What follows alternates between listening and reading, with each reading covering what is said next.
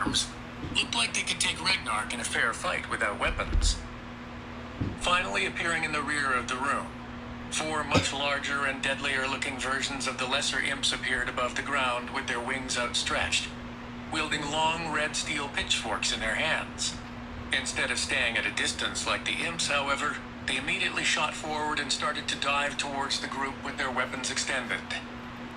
Fred took in all of that information within the first few seconds, and after Metlin had mentioned that the defenders weren't all supposed to attack at once, he realized that the Dark Core was changing up their attack patterns.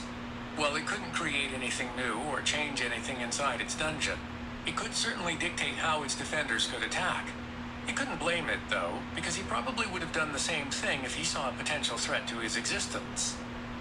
Based on that knowledge, he realized that, unless he and his friends pulled out all the stops, some of them wouldn't live long enough to get to the Dark Core. While none of the 40 monsters arrayed against them were particularly powerful, Fred and his friends could probably fight them in groups of 5 or 6. There were too many of them to properly defend against. For the members of their group that had less vitality and defense, namely Metlin, Rephelin, and even Issa, they would likely get swarmed before they could be saved.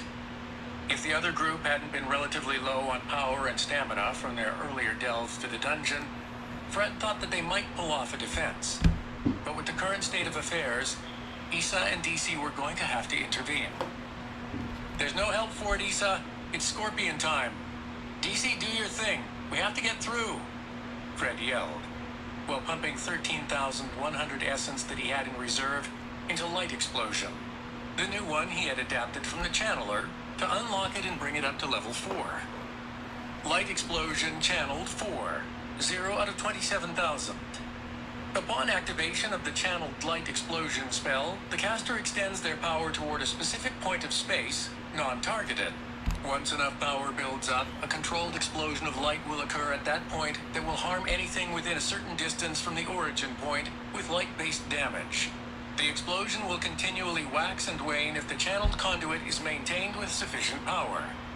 Origin point may be moved slowly, as quick movements could cause the explosion to become unstable and extinguish. Activation power cost of Light Explosion channeled, 250. Channeled power cost, 25 per second. Light damage, 40 per second. Explosion damage range, 4.5 feet. Movement speed, 1.4 feet per second. Maximum channeled range, 22 feet.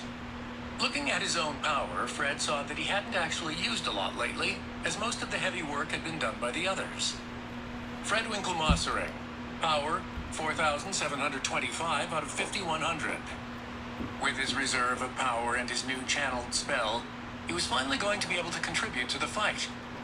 "Everyone, don't get distracted by what you're about to see," he called out to the others, as DC transformed into her giant form and a crystal scorpion appeared on the side of the room.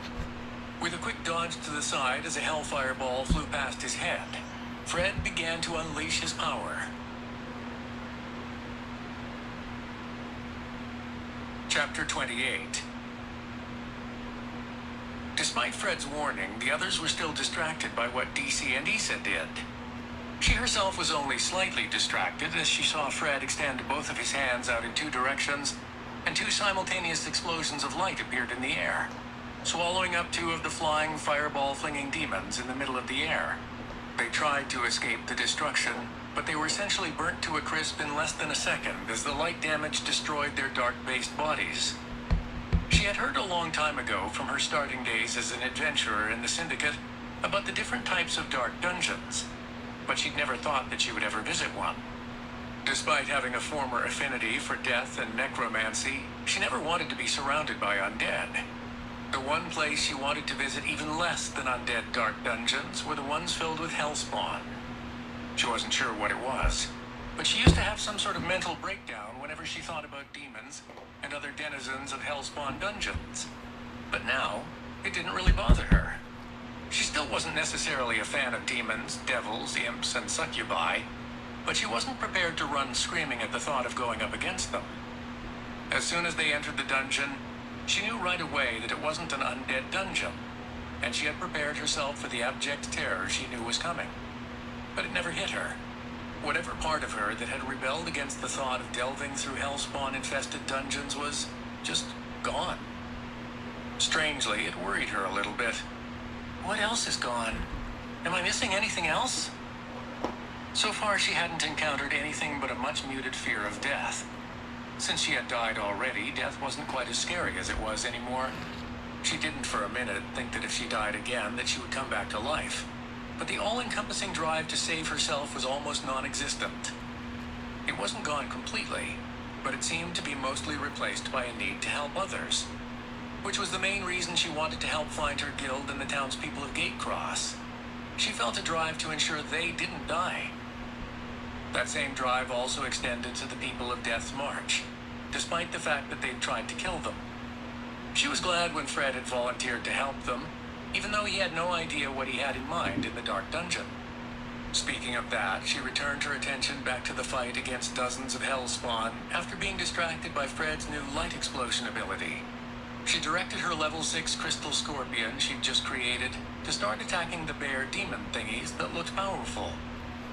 The large winged devils with pitchforks diving toward Ragnarok and Trank appeared to be even more dangerous, but her scorpion was better suited to tackle ground-based foes. At a size that was half again as big as the biggest demon bear, her defender tore into the closest bear with its front claws, doing significant damage to its body and its left front leg. A return attack by the powerful paws of the bear rocked her scorpion back a little as the hit impacted its right claws. But the sharp-looking nails of the demon only skittered along the outside of the crystal exoskeleton, doing very little damage.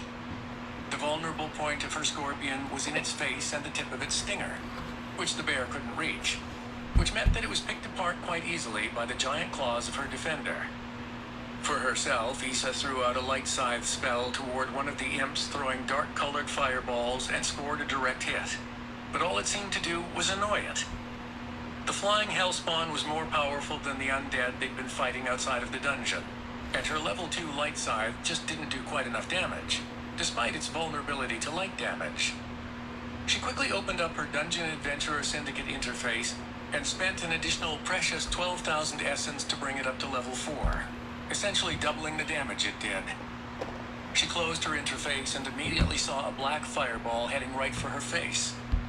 The imp that she had targeted with her light scythe was fighting back. Without time to dodge, she instinctively transformed into her earth elemental form and felt the dirt covering her body and face, just in time to receive the flung fireball.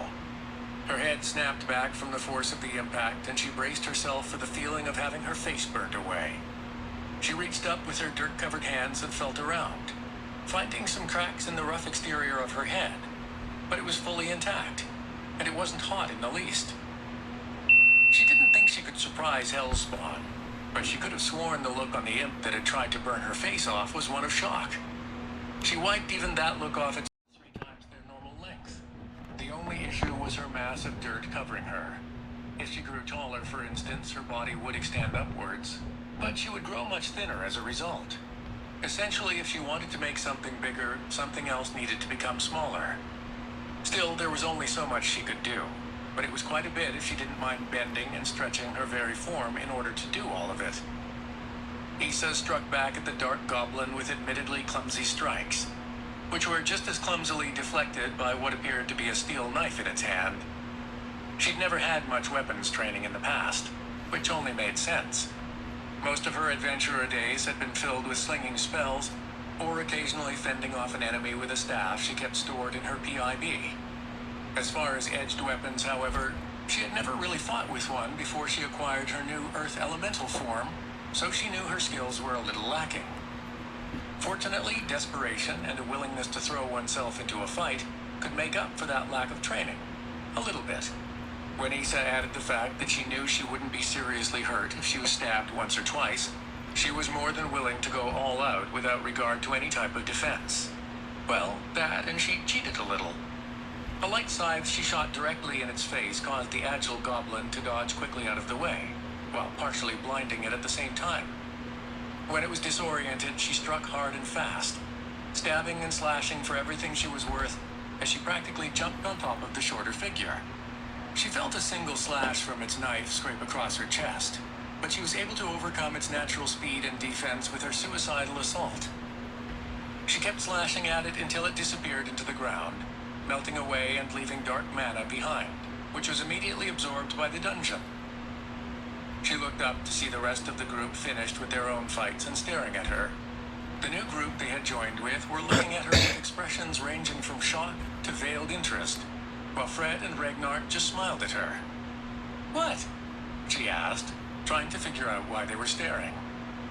She looked around to see that the other dungeon monsters had already disappeared as well, and essence flowed into all of them. She couldn't believe that they had managed to kill all of them so quickly while she was fighting. But then she saw DC shrink back down to pup size and pad over to her side, her tongue hanging out of her mouth. "Apparently my fire mana makes me partially immune to hellfire and some dark mana attacks. That, and with my ability to jump and snatch those pesky devils out of the air, they didn't stand a chance. And your crystal scorpion garnered so much attention that everyone was easily able to pick them off individually rather quickly. Unfortunately, one of those darn succubi managed to grab my leg with its barbed whip, which hurt a lot. So if you wouldn't mind, could you heal me with your special ability? I think the shock of my appearance has sent the druid into conniptions." Isa smiled at DC, until she saw that she was limping and bleeding quite heavily. She shot a glare at the small green-clothed druid, and immediately used Earth's Renewal on the direwolf pup. Within a few seconds, the wound stopped bleeding, and DC quickly walked around, showing off her healed state.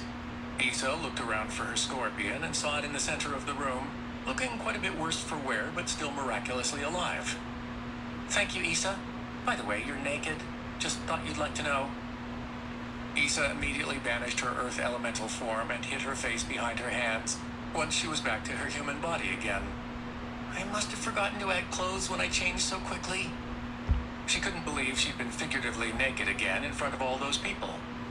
It was one thing to do it in front of Fred and Ragnar, but it was something else to do it in front of strangers.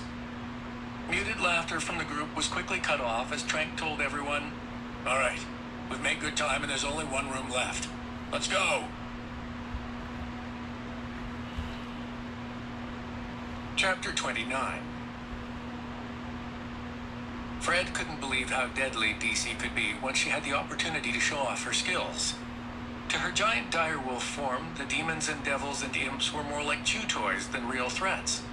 And she, along with Isa's highly durable crystal scorpion, dominated the battle. Once the other group had overcome their shock at their appearance, they threw themselves into the fight with enthusiasm. So much so that they had managed to kill everything in the room within 3 minutes. That was good, though, because Fred just overheard the Dark Core communicating again. "I don't know what is going on, but these livestock are more than they appear. I swear one of them just created an Earth Defender from the mana inside its body. And then there's this wolf creature that can change its size. And it's made from both water and fire mana. Of course I activated my failsafe. I never thought that I'd have to use it, but now there's very little chance that they're getting through my last room. Yes, I see them filing down my entrance tunnel now. You have my layout, right? Excellent. That means your undead should be hitting them from the back in about 5 minutes. My demon lord's alternate failsafe form should be strong enough to hold them back at least that long. Thanks for sending your defenders. Once these invaders are dead, I'll be sending everything I've got outside." Fred heard that one-sided conversation and worried just a little bit. Not only was the final boss, a demon lord apparently, transformed into something likely more powerful, but there was another Core's undead army now at their back. They needed to move, and move quickly. Fortunately, Trank was able to get everyone moving after they were distracted from Isa's show of hacking apart a defiled goblinoid in her naked earth elemental form. Isa, now recovered from her obvious embarrassment, had run over to her scorpion and reabsorbed it, as it wouldn't fit through the passageway to the next room. As they started to move towards the exit tunnel, Pollyann finally showed up, after having spent the entire battle deactivating 2 more trap defenses that had been set up in an area near the far side of the room. "What did I miss?" she asked, running along with the large group. "What did you miss? Just the fact that this little wolf can transform into a giant 20-foot monster.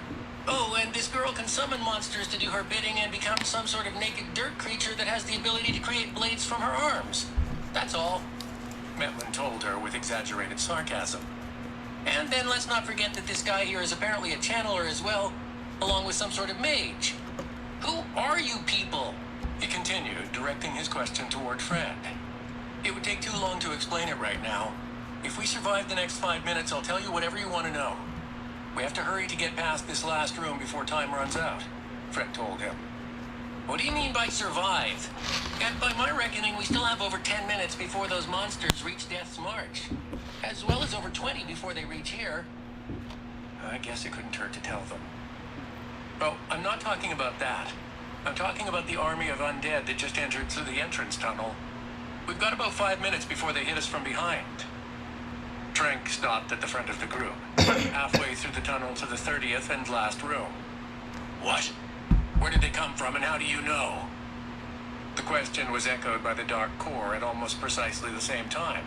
She could obviously understand her livestock speech well enough. How does this wretched livestock know? Because I can hear the Dark Core talking. Look, I can explain later, but we're running out of time. Rephelin spoke up, which was a rarity, but whenever she spoke, the others seemed to listen. I would very much like to hear more about that. But if you're telling the truth, we need to hurry. And your plan better have something to deal with this army of undead you say is coming. I sure hope so. Enough of this. Let's get going, Regnark said, pushing ahead, and the others followed close behind him. Fred was glad that they hadn't stopped to question him more, because they really couldn't afford to waste any more time. Let me disarm this trap at the entrance really quick. Huh? It's not there, Pollyann said, leading the group into the final room. She hesitated when she passed over the threshold and looked around suspiciously, as if the trap being disarmed was somehow unnatural and had to be a trick.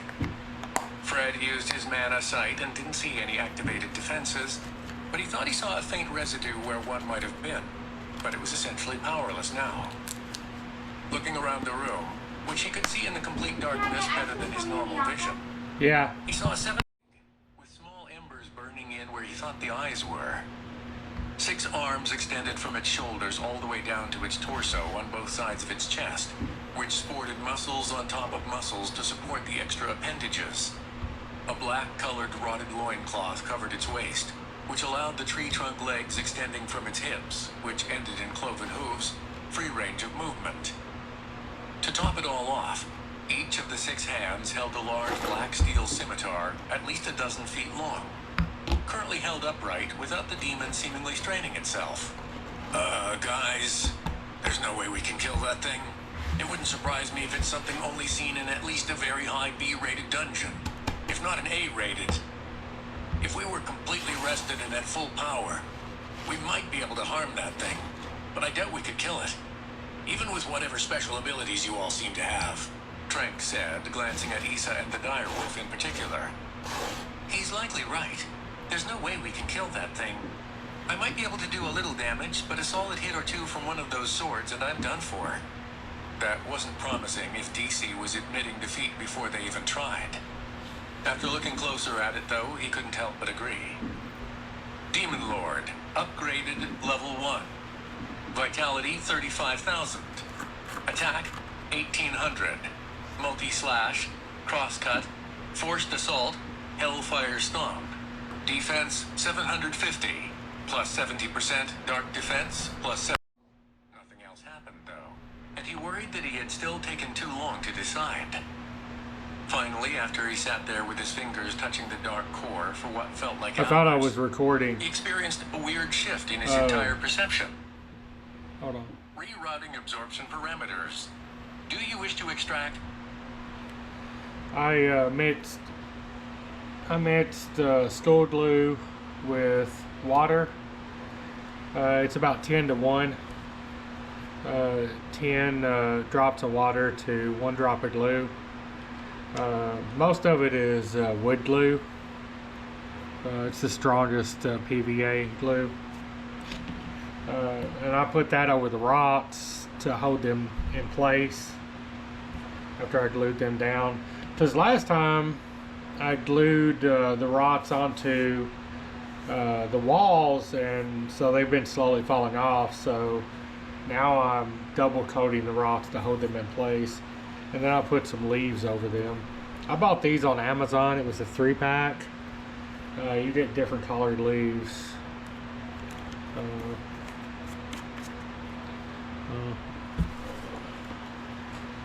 See if I can find the other ones. Now there's brightly green leaves. I figured this looked like they'd just fallen. I've got some red ones too, but it was a 3-pack of those leaves, and it wasn't very much. Maybe $10.